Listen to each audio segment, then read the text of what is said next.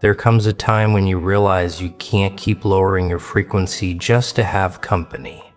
Have you ever noticed how people suddenly get offended when you stop pretending to be less intelligent than you actually are?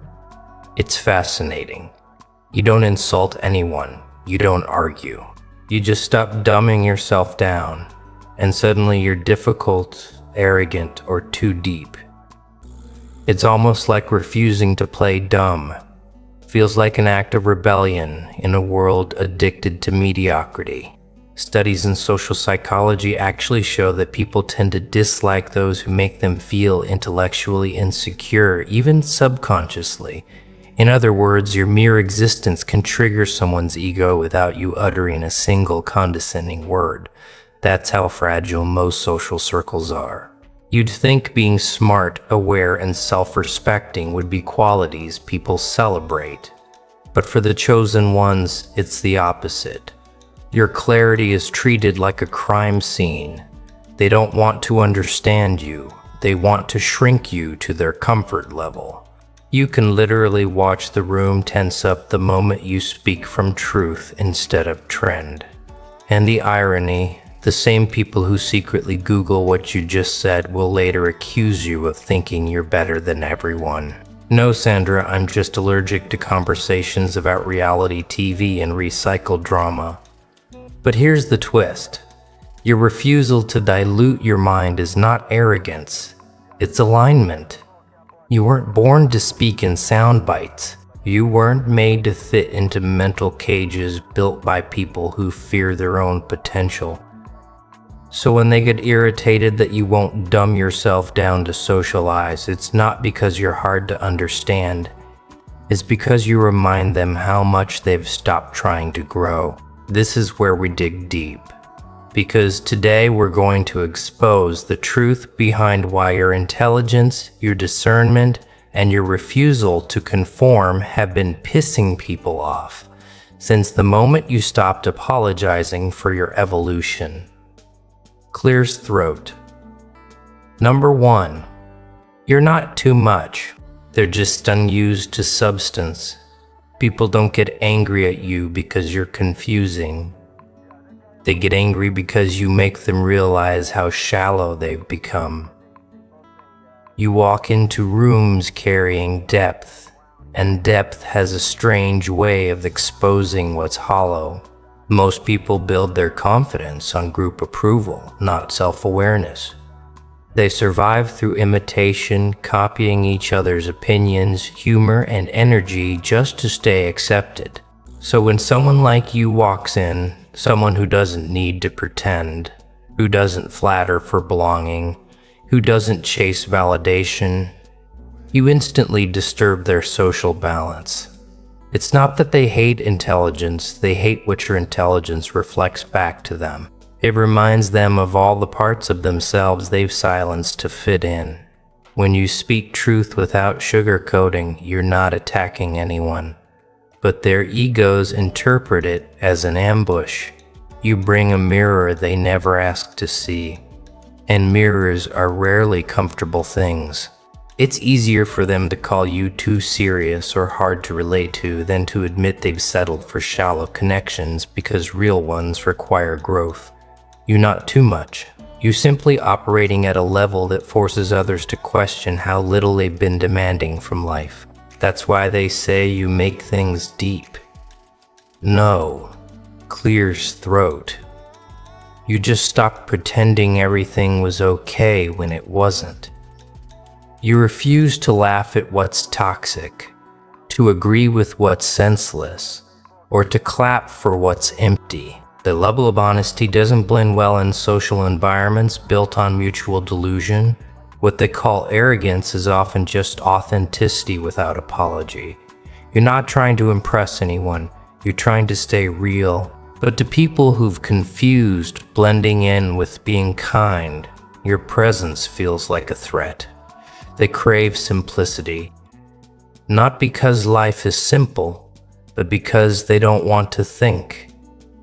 They want emotional fast food, not philosophical meals. You serve depth, and they're addicted to distraction. Clears throat, so they get defensive. They start mocking your seriousness, twisting your confidence into conceit. But deep down they know what's happening. You remind them of the standard they abandoned. You remind them of the standard they abandoned. You remind them that small talk can't fill a spiritual void. That's why your presence irritates them. It's not because you're complicated. It's because you expose how comfortable they've become living without substance. Number 2, your intelligence isn't just mental. It's moral. Your intelligence isn't just about how well you think. It's about how clearly you see. It's not limited to information or vocabulary. It's moral, spiritual, and intuitive. You read energy the same way others read words. That's what truly disturbs people. They can handle someone who's book smart, but not someone who's soul smart. When you walk into a room, you don't just notice what people say, you notice what they hide. And that's exactly why some people feel uneasy around you without knowing why.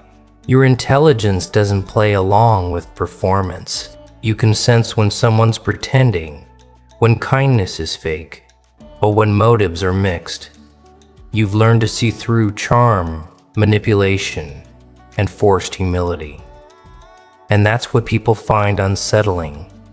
They can't mask their intentions around you the way they do with others. You detect spiritual dishonesty instantly, and your calm response to it feels like confrontation. You don't call it out, but the fact that you don't fall for it is enough to make them nervous. People mistake your discernment for judgment. They assume you're too suspicious or hard to please. But what they don't understand is that once you've seen the world without its filters, you can't unsee it.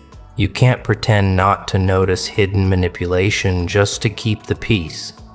You can't ignore energy that feels off just to stay liked. Your intelligence operates on a frequency that most people don't want to tune into because it would force them to deal with their own shadows. That's why your presence feels heavy to those who depend on deception for influence. You don't even have to expose them. Your awareness alone ruins the illusion. They can't guilt trip you, gaslight you, or flatter you into submission. Their usual tricks bounce off. You're immune to emotional theater, and in a world that rewards performance over truth, that makes you dangerous in their eyes. They'll say you read too much into things or make everything deep. But the truth is, your insight doesn't come from overthinking. It comes from clarity. You just see life without the noise. And people who thrive in confusion can't stand that. They're not mad because you think too much. They're mad because your mind exposes the lies they've learned to live with. Number 3, you're not antisocial. You're anti-pretense. You're not antisocial. You're just tired of pretending to enjoy things that drain your spirit. People love to throw labels like distant, cold, or unapproachable at you. But what they really mean is that you don't fake connection to feel included. You don't laugh at jokes that carry hidden cruelty. You don't nod along with conversations built on gossip, jealousy, or ego. You crave truth, depth, and authenticity. And because most people fear those things, they mistake your silence for arrogance. But you're not avoiding them. You're avoiding the emptiness they've normalized. You've reached a point where meaningless interaction feels heavier than solitude. You can't sit comfortably in rooms where everyone's performing a version of themselves they don't even like. You've outgrown the need to blend in. And that's what unsettles people. They can't understand why you're okay sitting alone when the crowd is available. They don't realize solitude is your sanctuary, not your punishment. You've learned that your peace is worth more than forced belonging. What most call socializing, you see as spiritual negotiation. Every exchange costs energy. And you've learned to be careful where you spend it. You've realized some conversations don't build you, they bury you. Some people don't listen to understand, they listen to compete. You've stopped showing up to places that leave you emptier than you arrived. That's not withdrawal. That's self-respect. You simply stop paying emotional rent in spaces that don't nurture your growth. People get uncomfortable around someone who doesn't need noise to feel alive. Your stillness exposes how restless they are inside. You don't fill silence with filler talk, and that makes them panic because silence forces truth to surface. They want entertainment. You want evolution. They socialize to escape themselves. You disconnect to rediscover yourself. The difference threatens them because it challenges their definition of normal. You're not antisocial. You're just anti-pretending. You crave realness in a world addicted to performance. You don't seek attention, you seek alignment. And while others waste energy fitting in, you conserve yours for becoming. The truth is, you're not rejecting people. You're rejecting the version of yourself you used to be when you needed their approval. That's not pride. That's freedom. Number 4, you terrify people who depend on ignorance for power.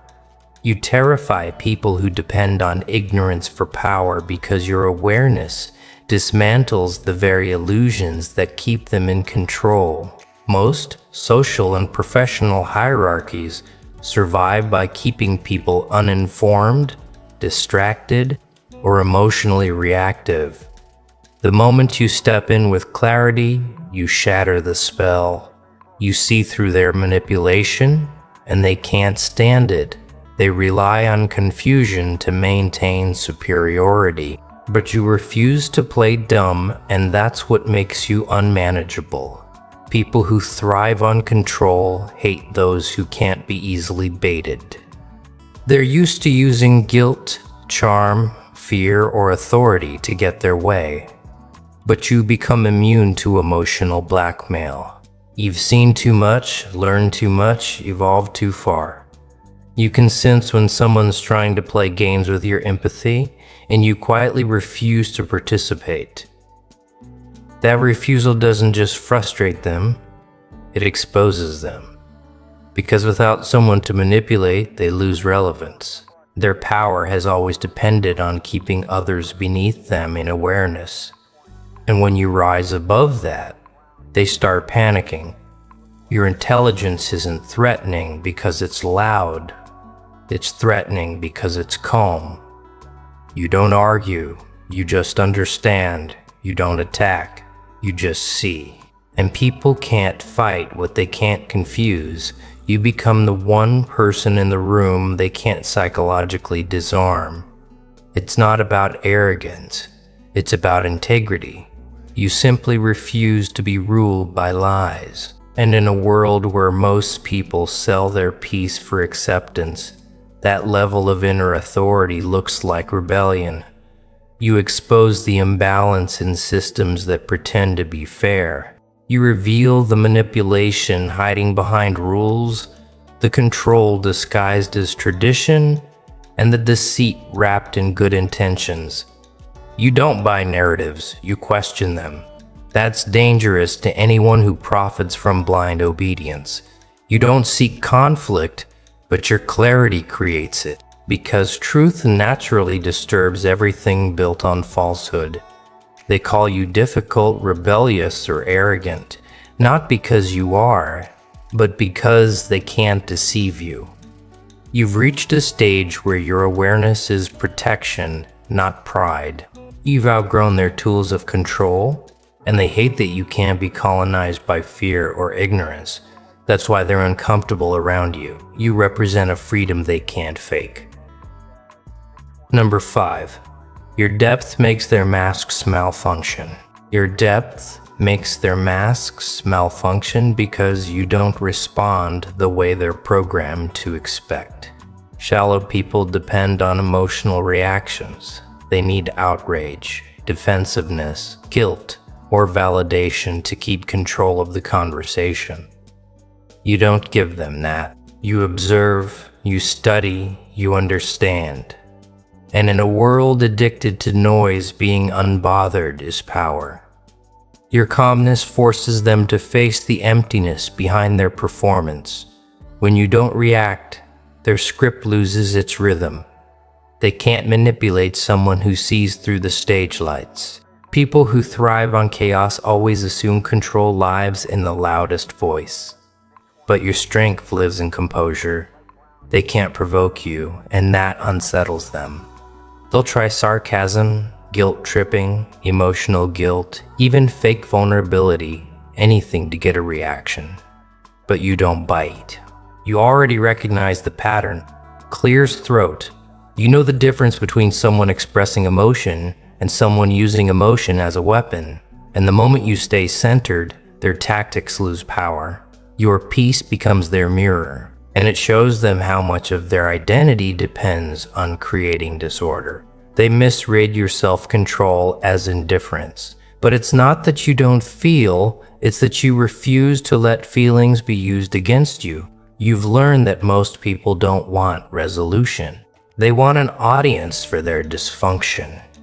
And when you don't provide it, they feel exposed. Your awareness highlights their lack of depth. Your stillness turns into a spotlight they can't hide from. You don't call them fake, but your energy says it for you. It's not even about moral superiority. It's about emotional maturity. You've learned that reacting is handing over your power. Responding from understanding is reclaiming it. So when people try to provoke you and fail, they don't just lose control of the situation, they lose control of the mask. You make pretense uncomfortable. Your clarity doesn't just disarm them, it dismantles them. They can't play victim, hero, or manipulator around you because you see all three masks at once. That's why your peace feels offensive to them. Your calm isn't passive, it's disruptive. Your depth destabilizes the performance that shallow people live by. And when their masks slip, they realize too late you were never playing their game to begin with. Number 6, they mistake your independence for superiority. They mistake your independence for superiority because most people can't tell the difference between confidence and defiance. You're not trying to prove you're above anyone. You're simply trying to live in truth without compromising yourself. But to those who depend on collective agreement to feel relevant, individuality looks like an insult. When you make decisions without consulting the crowd, it exposes how deeply they rely on external approval. Your self-direction threatens the system they've built their identity around, one where belonging is earned through sameness, not authenticity. You've learned to stand alone without making noise about it. You don't chase validation, and you don't need a chorus of approval to confirm your worth. But that quiet strength irritates people who only know how to exist through comparison. They can't understand how you move without reassurance, so they label it arrogance. In reality, it's not pride, so it's peace. You've simply reached a place where your conscience weighs more than people's opinions. That's freedom. But to the insecure, it looks like rebellion. People who think in groups can't stand individuals who think for themselves. Your ability to disagree without hostility short-circuits their social wiring. They need collective agreement to feel powerful, and your independence denies them that comfort. When you don't join their gossip, mimic their lifestyle, or echo their opinions, you expose how much of their personality is borrowed. They mistake your authenticity for isolation because they've confused conformity with connection. What really irritates them is that you don't crumble without company. You're fine eating alone, working alone, growing alone, and that defies everything they were taught about self-worth. In a culture where popularity equals validation, your self-sufficiency looks dangerous. You represent what they secretly crave, the ability to be free without applause. And because they can't comprehend it, they criticize it. They'll call you proud, distant, or difficult. But deep down, they know it's not pride keeping you apart. It's purpose. You're not avoiding people, you're avoiding dilution. You don't crave the herd's comfort because you've learned that most groups demand the death of individuality. You're not superior, you're simply sovereign. And that's the kind of peace the insecure can't interpret without feeling attacked. Number 7, you're proof that evolution can happen without permission. You proof that evolution can happen without permission because your growth didn't come with an audience, a teacher, or a title. You didn't need a degree in self-awareness or a certificate in transformation. You grew in silence. Through pain, through loss, through moments no one even noticed. And that unsettles people who believe growth must be supervised. They've been taught that wisdom comes with endorsements, that enlightenment needs validation, that you can't evolve without someone signing off on your progress. You shattered that belief just by existing. Your evolution didn't come from workshops or approval. It came from surviving the unexplainable. It came from nights you questioned everything and rebuilt yourself from the inside out. You didn't have a mentor cheering you on. You had divine intervention teaching you directly. That's what irritates people who worship systems over substance. They can't process how you carry understanding that wasn't given by them or measured by their standards. You're proof that God still teaches in secret, that truth still finds its way to those who seek it sincerely, and that no human gatekeeper owns access to awakening. People who crave control hate when someone like you bypasses their structures. They depend on the illusion that authority decides who's worthy, that evolution is a reward, not a revelation. You ruin that fantasy by simply growing without their help. They can't take credit for your progress, and that frustrates them because it exposes how much of their own wisdom was built on validation, not transformation. You became living evidence that the source doesn't need middlemen. What makes your growth even more threatening is that it's authentic. It wasn't curated for attention. It was carved out of struggle. You didn't evolve to look enlightened, clear's throat. You evolved because survival demanded it. And now you walk in a kind of quiet knowing that can't be taught, only lived. That's what makes people uncomfortable. They can memorize what you embody, but they can't reproduce it.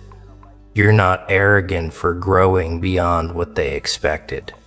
You're just living proof that true evolution is clear's throat, personal, unpredictable, and unstoppable.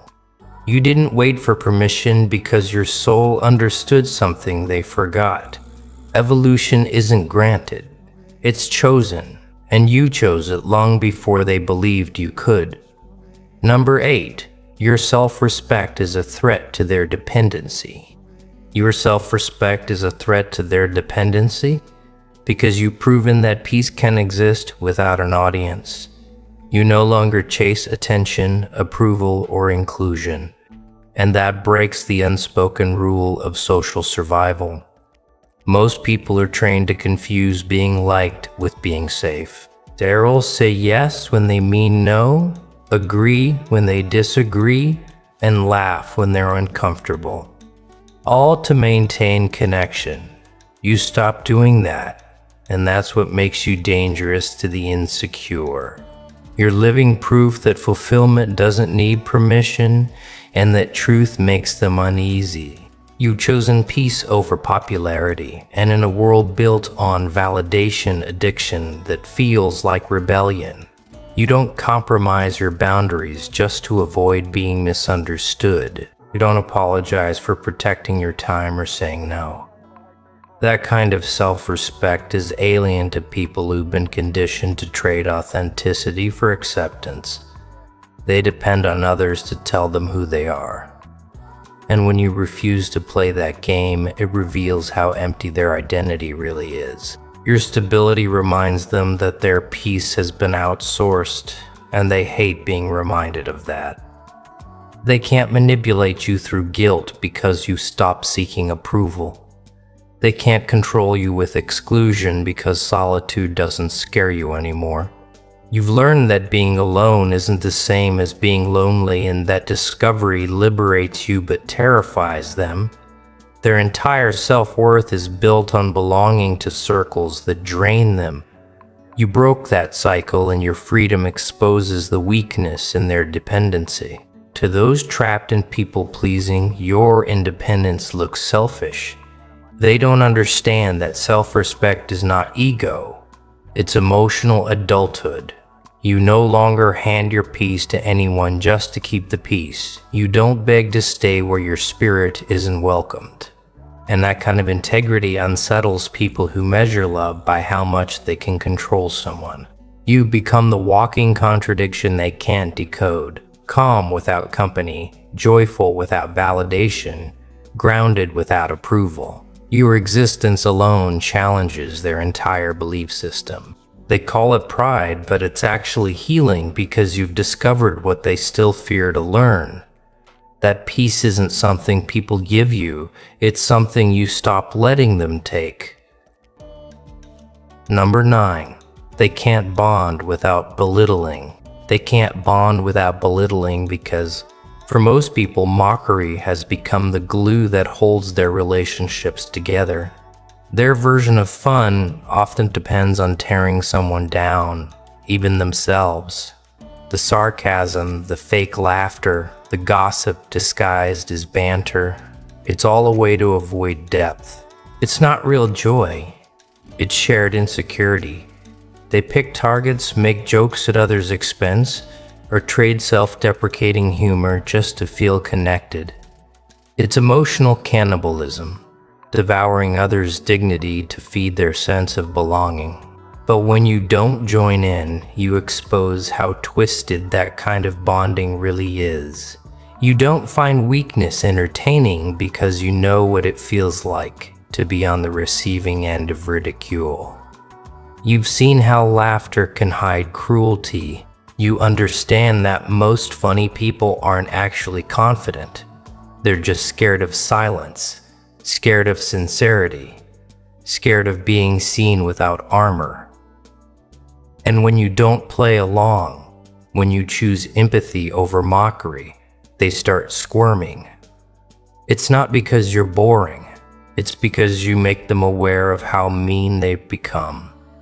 Your refusal to participate ruins the game. You don't gossip. You don't entertain cruelty disguised as honesty.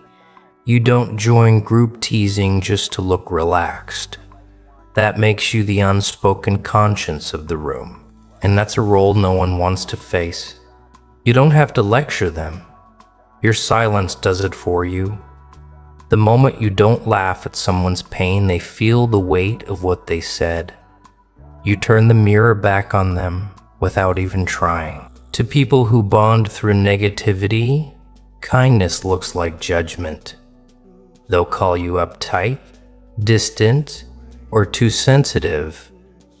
But what they really mean is, you won't make cruelty comfortable anymore. You've outgrown that form of connection because you crave something real. Laughter that doesn't humiliate. Honesty that doesn't wound. Friendship that doesn't feed off someone's embarrassment. The truth is, most people don't know how to connect without competition. They use mockery as currency. But you've stopped trading in that economy. You'd rather stand alone in truth than laugh along with cruelty. And that's what unsettles them most. You remind them that what they call fun is really just disguised fear, and you're no longer willing to join in. Number 10. You refuse to translate your brilliance into mediocrity. You refuse to translate your brilliance into mediocrity because you've spent too long dimming your light just to make others feel safe in their shadows. You've learned that watering yourself down doesn't create peace. It creates resentment. Every time you simplified your thoughts, every time you softened your insight just to avoid intimidating people, a part of you felt smaller. Now you understand that doing that isn't kindness, it's self-betrayal. Your mind, your awareness, your originality were hard-earned through struggle, loss, and growth. Why should you apologize for the very qualities that pulled you out of darkness? People like to pretend it's humility to hide your greatness, but what they really mean is conformity. They want you to speak in small words, think in small ways, and live within small expectations because your presence challenges their comfort zone. They don't hate your intelligence, they hate what it demands of them. To understand you, they'd have to expand, and that takes effort. It's easier to label you intense or too much than to admit they've stopped stretching their own minds. Your brilliance isn't just intellect, it's perception. You see life from angles that others refuse to look at. You process truth at a depth that most people avoid because it forces them to face themselves. When you express that depth, it doesn't make you superior. It just means you're fluent in the language they've forgotten, the language of authenticity. And because they can't translate it, they twist it into something threatening. But you've reached a point where you won't dilute your message to be digestible. You're not rude for speaking clearly. You're not arrogant for knowing your value. You're simply done pretending to be confused to make the blind comfortable. You'd rather be misunderstood for your truth than celebrated for your silence. The irony is many of those who resent your brilliance secretly wish they had the courage to shine as you do. But imitation requires transformation, and transformation requires humility, something they resist. Your clarity exposes their laziness. Your originality exposes their imitation. That's why they call you different with disdain. You're not refusing to fit in out of pride. You're refusing to shrink into someone you no longer are. You're not hard to understand.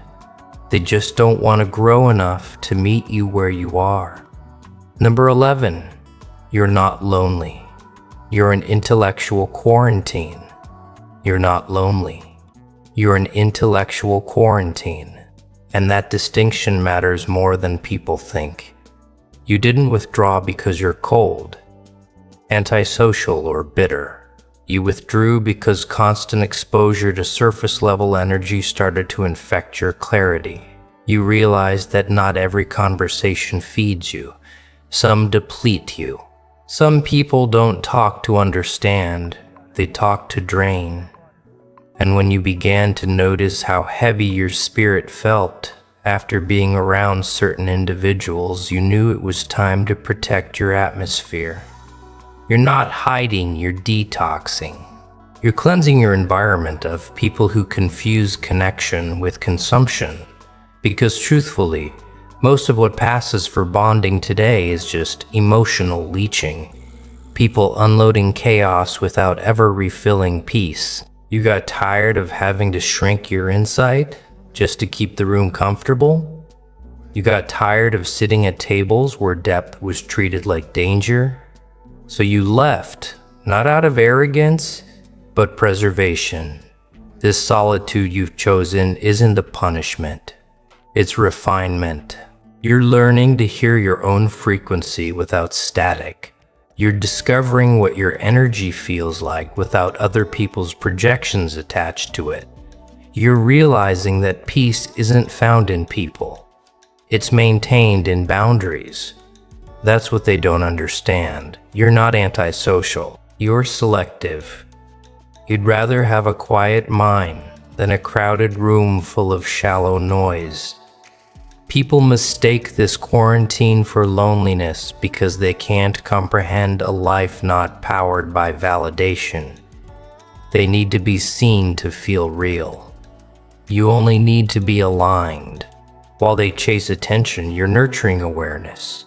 And in that process, your vibration is recalibrating to something few can touch or even understand. You're not avoiding people, you're allowing only truth to reach you. So yes, you may walk alone for a season, but that isolation is your incubation. The same way doctors protect the healthy from infection, you're protecting your consciousness from contamination. You're not detached from humanity. You detach from the illusions that keep humanity asleep. One day when your frequency fully stabilizes, you realize your quarantine wasn't isolation at all. It was protection. It was preparation. It was your spirit saying, before you share your light again, make sure it's pure. Number 12, you're a mirror they didn't consent to look into.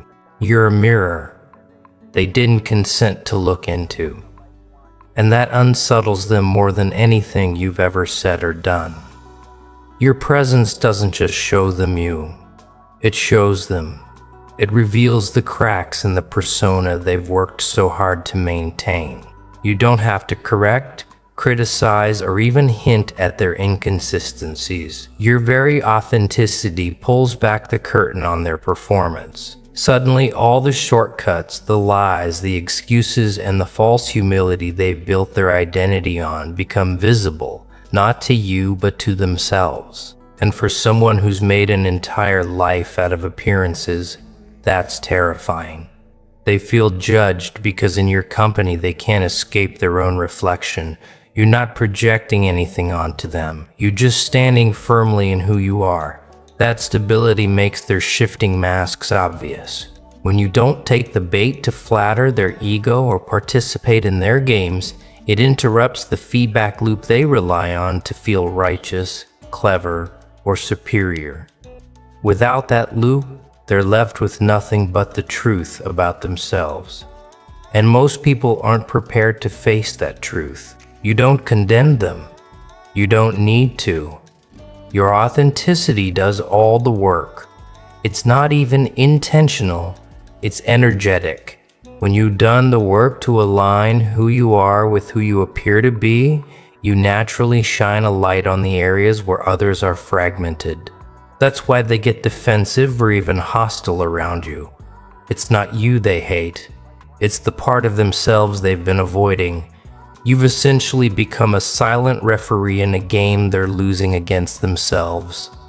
Every word you speak from clarity sounds like a whistle on their foul play. Every boundary you set feels like a penalty on their manipulation. They can't control you, so they try to discredit you. They can't outshine you, so they try to dim you.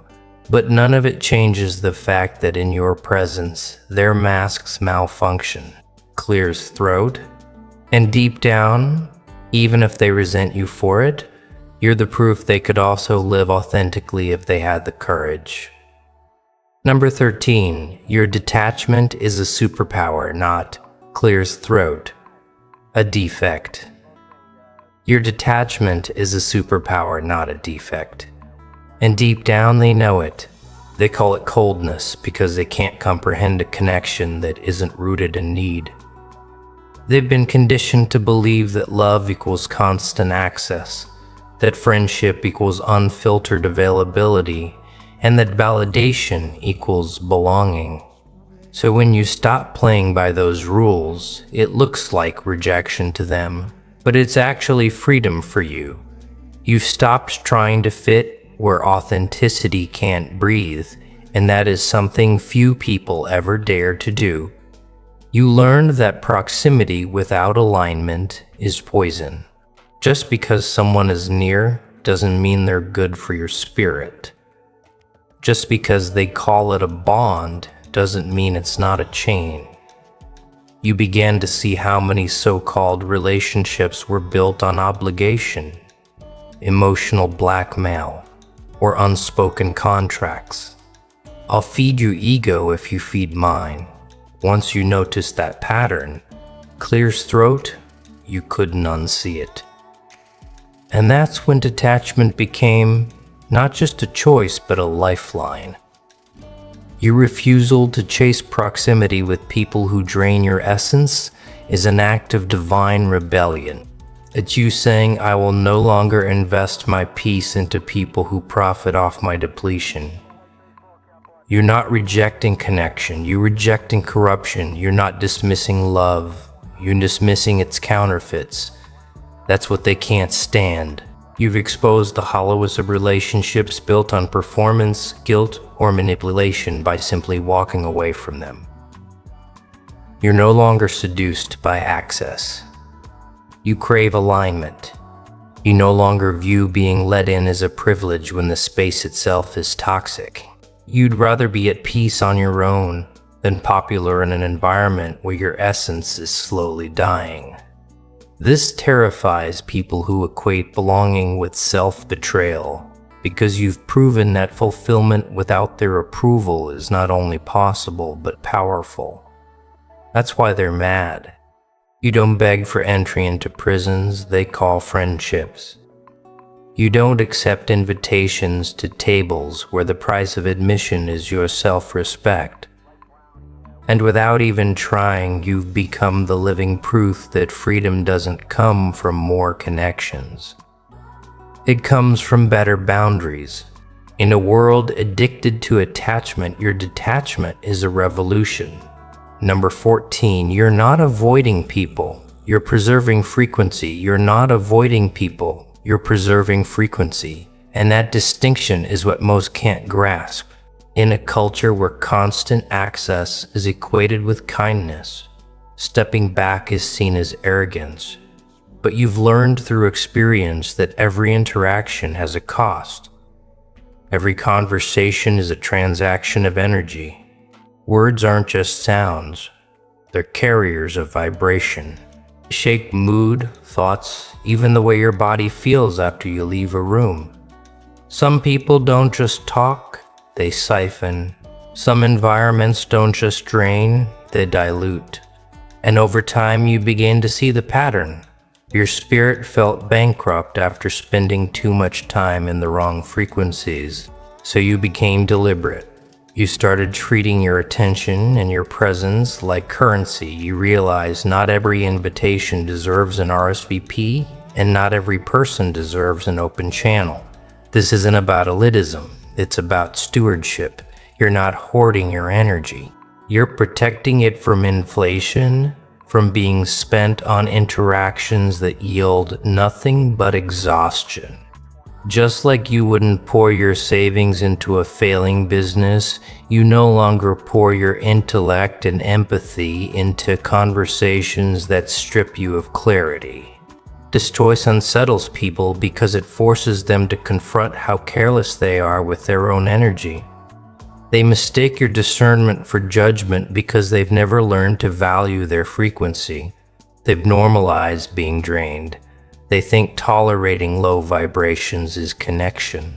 But you've learned that lowering yourself to fit in doesn't help anyone.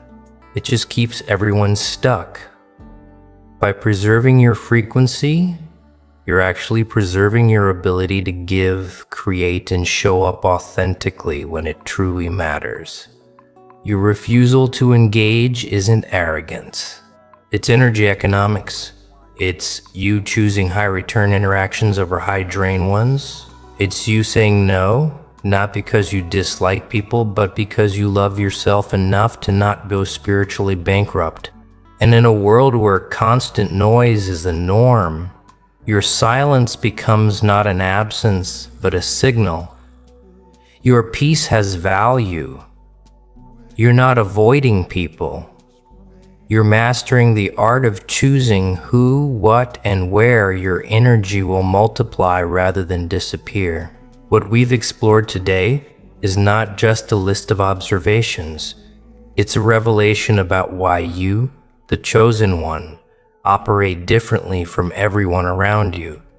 Every point, from refusing to dumb yourself down to preserving your energy, is connected by a single thread: authenticity You are not flawed for standing apart. You are not cold, distant, or difficult for refusing to play by the rules of mediocrity.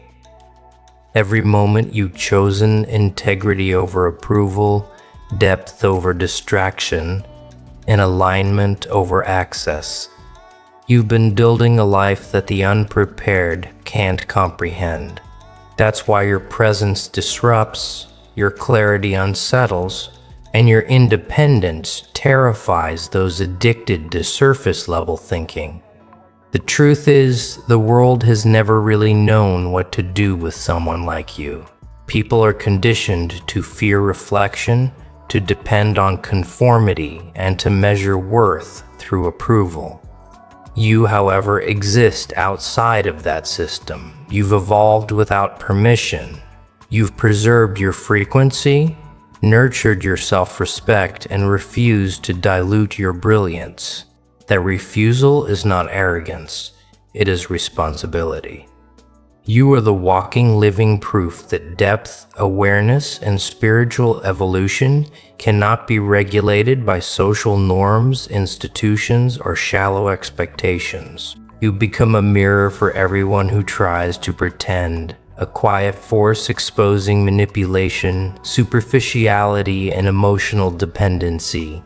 And yet you move through all of it with a clarity that makes your presence not just noticeable, but unforgettable. The resistance you feel from others is not a reflection of your inadequacy. It is a reflection of their fear, their unawareness, and their inability to meet you where you stand. They want you to shrink, simplify, and perform, but you have learned that growth, peace, and evolution demand courage, discipline, and alignment. Every choice you make to protect your mind, spirit, and integrity is a testament to your strength. You are not a product of their approval, nor a participant in their illusions. You are an example of what happens when someone refuses to compromise on truth, clarity, and self-respect. So own it. Every boundary, every moment of detachment, every choice to stay true to yourself is part of your power. And as you continue to walk this path, remember the discomfort others feel around you is proof of your alignment, not your fault. You are not here to fit in. You are here to rise, to evolve, and to shine in ways they cannot yet comprehend. If this video resonated with you, make sure to subscribe to the channel for more insights that challenge, awaken, and empower. Don't forget to like, comment, and share this video with those who need to hear the truth today. Every interaction spreads awareness, and together we raise the frequency of those ready to embrace their authenticity. Stay aligned, stay powerful, and never settle for anything less than your truth. God bless you.